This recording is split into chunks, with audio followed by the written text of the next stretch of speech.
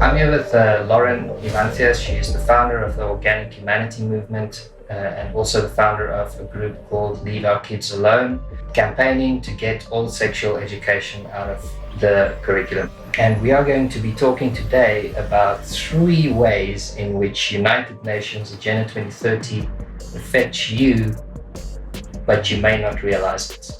Number 1, CSE comes straight from UNESCO. What can you tell us about the UNESCO angle of CSE?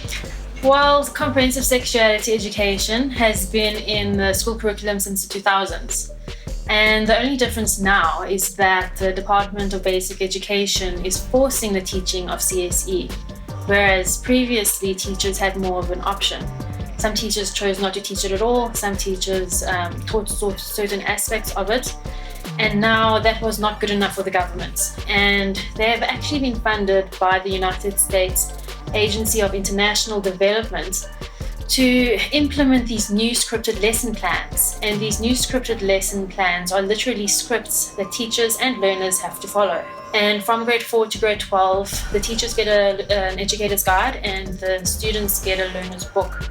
And it basically forces the compulsory education or indoctrination of comprehensive sexuality education.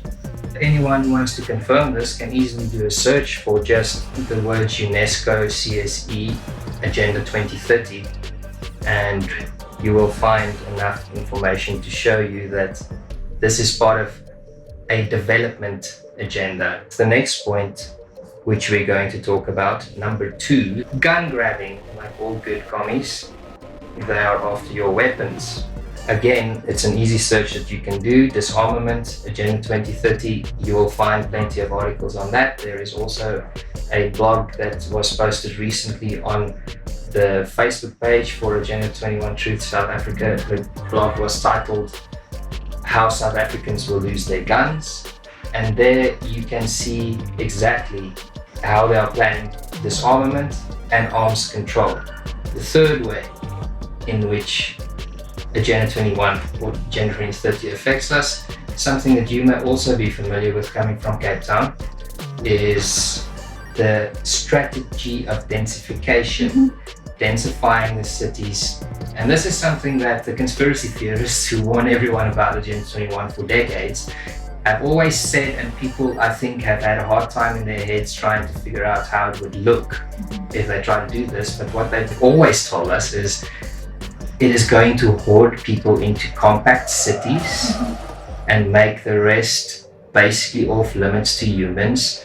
All resource flow and use is controlled in the smart city regions, and that is where everyone would have to live. And I think one of the worst things I've noticed in the political work I do and in these affordable housing developments that the government creates is that they're concrete prisons that perpetuate social ills. So not just are people forced on top of each other, but it dehumanizes them. So it perpetuates gang violence and drug abuse, and it perpetuates abuse in the home, and it creates dysfunctional families, and in the end it creates weak people and a weak populace. And that's exactly what the United Nations want, because sustainable development is complete control of human populations. We also see our president constantly talking, as if there's no other problems in the country, about bullet trains and smart cities, and this is one of the things they like doing with this whole agenda, is naming and branding things in such a way that you will look foolish to people who don't understand this if you oppose it. So smart cities is a good example, or smart meters, or smart growth, or smart whatever.